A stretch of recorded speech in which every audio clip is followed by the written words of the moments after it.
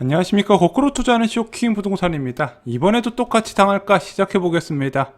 자, 재건축 시장발 불안을 대출 규제가 막을 수 있을까? 지금 재건축 중심의 상승세가 서울 전역으로 확대되려는 움직임을 보이고 있습니다. 정부에서 강력한 가계부채 관리 방안을 내놨고 매주 공급 대책을 발표함에도 불구하고 과연 이번에도 재건축 시장 불안이 서울 전역, 수도권 전역으로 확대되는 게 아니냐, 이런 비관론이 커지고 있는 거죠. 일단 서울 지역의 거래량 침체는 지속되고 있습니다. 2월부터 시작된 5,000건 이하의 거래 급감 상황이 3월에도 이어졌고요. 4월에도 일어날 조짐이 날 것 같습니다. 경기도 지역은 15,000건에서 멈추고 있는데 아무래도 실수요자가 더 많은 비중을 차지하는 경기도 지역은 서울 지역만큼 거래량이 급감하기 위해선 서울 지역에 일정 기간의 하락세가 나타나야 된다 말씀드렸습니다. 자, 그래서 경기도 지역은 당분간 하락을 좀 기대하기 어려운 부분이고, 그럼 서울의 고가 아파트만이라도 거래 급감으로 하락세가 나타나야 되는데 분위기는 그렇지는 않다는 거죠.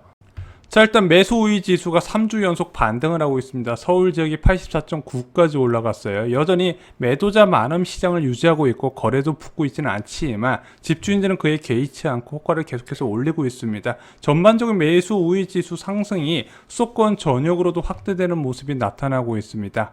자, 서울 아파트 등록 매물 건수는요 48,000건대로 전주 대비 크게 바뀐 모습은 나타나고 있지 않습니다. 더 이상 매물이 늘어나지 않고 그 수가 일정 부분 유지되는 모습이 나타나고 있습니다. 자, 그럼 이런 거래 급감 상황에서 재건축 중심으로 호가가 빠르게 올라가는 반등세, 어떤 결과가 나타날까? 그동안의 반등세는 항상 어떻게 나타났냐? 재건축 중심으로 먼저 호가가 올라요. 거래가 붙든 안 붙든. 그리고 나서 주변 신축 집주인들이 야, 우리도 호가를 올리자 해서 빠르게 가격을 올리기 시작합니다. 그런데 이렇게 재건축 가격이 급등하거나 신축 아파트 호가가 올라갈 때 거래가 있다 없다? 없다. 거래가 붙지 않는 상황에서 호가만 올라가게 되는 겁니다. 자, 그런데 집주인이 야, 거래가 안 붙으면 가격을 낮춘다 안 낮춘다? 안 낮춘다. 호가를 지속적으로 올리게 됩니다. 그럼에도 불구하고 거래가 안 붙죠. 그래도 또 올려요. 자, 그러면은 사람들이 뒤늦게 사기 시작하면서 가격이 끝도 없이 치솟기 시작한다는 거죠. 항상 반등은요 이렇게 거래 급감 상황에서 시작이 됐다는 부분입니다. 그래서 현재 거래가 굉장히 적고 부동산 시장이 침체됐다 하더라도 야, 반등 가능성 없는 거 아니냐, 그렇게 보기가 좀 어렵다는 겁니다. 자, 일단 통계상으로 서울 지역 상승세는 더 확대는 안 됐습니다. 0.08에서 이번 주에도 0.08로 고정되는 모습이고요. 서울 지역도 전주 대비 큰 차이는 없습니다. 인천 지역은 여전히 높은 상승세를 기록하고 있습니다. 전세 가격은 좀 숨돌이기가 진행이 되는 것 같아요. 서울 지역 상승세가 둔화됐고 이제 인천 지역도 상승세가 좀 꺾였습니다. 경기 지역은 0.12%로 전주 상승세를 계속해서 이어가고 있는 부분입니다. 그나마 전세 가격이 좀 불안하지 않으니까 실수요자의 패닉 바잉까지는 아직 일어나지는 않고 있는 것 같습니다. 자, 강남 재건축 호가 보겠습니다. 일단 잠실주공 5단지, 이번에 오세훈 서울시장이 취임하면서 가장 큰 수혜를 받는 단지 중 한 곳이죠. 서울시에서 사업 계획 자체를 승인을 안 내주고 있었는데 그 계획이 승인될 가능성이 있을 뿐더러 와, 정말로 사업성이 좋게 규제 완화까지 해주다 보니까 정말로 가장 큰 수혜를 받은 아파트 단지 중 하나지만 일단은 거래는 붙고 있지 않습니다. 자, 거래는 안 붙었지만 호가는 2천만 원 추가적으로 올라갔습니다. 자, 그래서 지속적으로 지금 1억 2천만 원 이상 한 달 정도 기간에 올라간 모습이 나타나고 있다는 부분이죠. 자, 한보 음마아파트 이번 주에 거래가 한 건 붙었습니다. 4,400세대 아파트가 일주일에 거래가 한 건 붙어요. 자, 호가는 21억 9천으로 전주 대비 변동사항은 없습니다. 자, 잠실 리센츠 아파트 보겠습니다. 여기도 거래는 한 건 붙었습니다. 5,500세대의 거래가 전체 평수에 한 건 붙었습니다. 전반적인 거래 급감이 이어짐에도 불구하고 호가가 무려 3천만 원이나 더 붙었네요. 자, 잠실 티르지온 보겠습니다. 거래는 한 건 붙었고요. 전주 대비 변동사항은 없었습니다. 자, 지금까지 토지거래 허가구역으로 지정된 곳 살펴봤습니다. 자, 그런데 거래가 굉장히 적음에도 불구하고 호가가 전반적인 빠른 상승세가 나타나고 있다는 거 보이실 겁니다. 자, 이 토지거래 허가구로 지정된 지역은 이제 6월 달에 다시 재심사가 들어가는데 제가 볼 때는 재건축하고 재건축 주변 지역의 아파트 중심으로 토지거래 허가구역은 지속이 될 것 같습니다. 자, 그럼 토지거래 허가구역 인근의 반포주거일단지 3주구 살펴보겠습니다. 이 아파트 단지는 이번 주에 거래는 붙지 않았습니다. 하지만 호가는 2천만 원 정도 다시 상향 조정을 해야 될 것 같습니다. 자, 반포자이 아파트도 변동사항은 없었습니다. 거래가 추가로 붙지는 않았는데 이번 주에 역시 호가는 변동사항은 없었습니다. 전반적으로 거래가 크게 감소한 게 눈에 띄고 있지만 계속해서 호가가 올라가는 모습이 보이고 있죠. 아까와 같은 과정으로 이해를 하시면 될 것 같습니다. 자, 잠실파크리오는 거래가 3건이나 붙었습니다. 앞서 단지들과 다르게 갭투자 유입이 가능한 대단지 아파트다 보니까 거래가 눈에 띄게 이제 증가하는 모습이 보이는데, 일단은 이 초고가 아파트의 가격을 잡고 싶으면은 지금 비거주 목적으로 투자하는 사람들한테 중과가 진행이 돼야 된다는 부분이죠. 자, 그런데 지금 무주택으로 갭 투자한 상황에서 이 사람은 1주택자라고 보호하는 정책을 세우다 보면 이런 식으로 본인은 월세로 거주하면서 초고가 아파트에 갭 투자하는 수요는 지속이 될 겁니다. 자, 이렇게 거래가 붙어서인지 이번 주에 호가가 5천만 원이나 더 껑충 뛰어 올라갔습니다. 자, 방이동 코롱 아파트 보겠습니다. 이번 주에 거래는 없었고요. 전반적인 거래 급감 탓인지 아니면 매물 증가 탓인지 호가는 이번 주에 5천만 원 조정받으면서 주요 아파트 단지 중에서 유일하게 호가가 떨어진 단지가 됐습니다. 자, 위례 24단지 꿈의 그린 아파트 보겠습니다. 여기가 위례에 드문 대단지일 뿐더러 중소 규모까지, 그리고 위치도 좋은 지역에 있음에도 불구하고 지금 2월 이후에 거래가 한 건도 붙고 있지 않고 있습니다. 자, 4월 23일 날 13억 5천에 이제 최저호가가 있었던 전용 59제곱미터, 이번 주에도 호가는 변동사항은 없습니다. 거래가 있든 없든 일단 호가는 거의 안 낮추고 있고, 이제 가격은 오히려 올라가는 단지들이 늘어나고 있다는 부분이죠.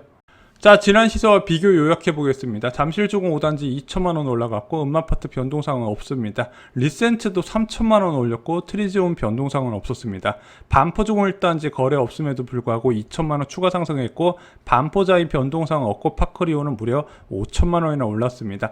바이동 코롱 아파트 15억짜리 매물이 나오면서 5천만원 조정받았고, 위례 24단지는 2월부터 거래가 한 건도 없음에도 불구하고 호가는 낮아지지 않았습니다.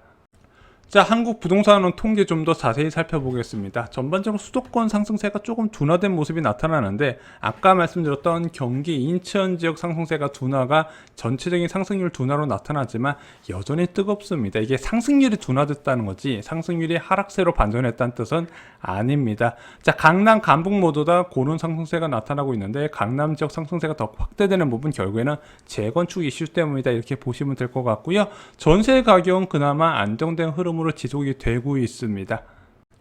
자, 4월 26일 기준 한국 부동산원 통계 보겠습니다. 일단 재건축 상승세 기대감이 큰 노원지역은요 0.17에서 상승률이 조금 둔화됐습니다. 노원지역은 이번에 토지거래 허가구역으로 포함은 안 됐죠. 자, 그리고 양천구는 상승세가 더 확대가 됐습니다. 왜냐, 이번에 토지거래 허가구역 지정된 곳 중심으로 해서 재개발 재건축 사업을 활성화시켜 줄 것이다, 이런 기대감이 있었던 것 같습니다.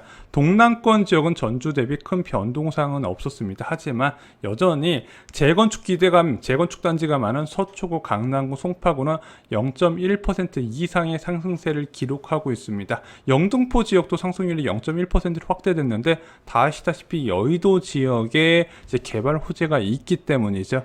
자, 경기도 주요 지역도 살펴보겠습니다. 먼저 주목하셔야 되는 게, 강남 지역 상승세가 커지면 따라가는 지역 두 곳이 있다 말씀드렸어요. 과천 지역과 분당 지역입니다. 상승세가 다시 확대되는 모습이 나타나고 있습니다. 자, 그러면서 이 재건축 아파트 중심의 상승세가 주변 아파트 시세를 자극하고, 또한 수도권 주요 아파트 가격을 올리다 보니까 주변 지역으로 다시 퍼져나가는 풍선 효과가 지속적으로 나타난다는 부분이죠. 그래서 재건축 관련 규제는 조금 신중을 기해서 풀어야 될 이유가 있는데, 오세훈 서울시장도 이 부분에 대해서 경계를 계속하고 있는 부분입니다. 그래서 이제 선거 때와는 좀 다르게 속도를 좀 조절해서 진행하겠다, 이렇게 밝힌 부분이고, 그와 관련된 얼마 전에 기자회견이 있었는데 그 부분은 저희가 다음 영상에서 좀 정리를 드리겠습니다.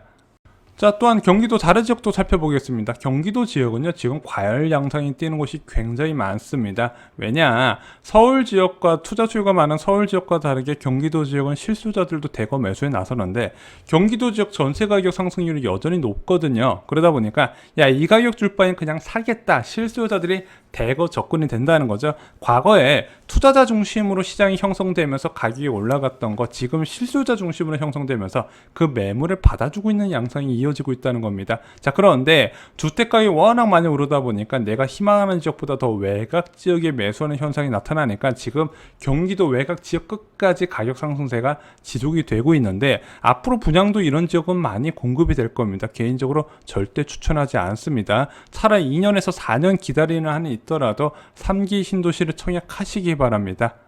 자, 다시 1년에 한 번씩 오는 급등세가 나타날 조짐이 보이고 있습니다. 여전히 부동산 시장은 침체에 있지만 이런 식으로 호가가 계속 올라가면 지속적으로 매수세에 나섰던 게 그동안의 행태였거든요. 앞으로 어떻게 될지는 좀 모르겠지만 저는 절대적으로 이번 매수만큼은 말리고 싶다 이렇게 말씀을 드립니다. 좋아요, 구독, 공유 꼭 부탁드립니다. 감사합니다.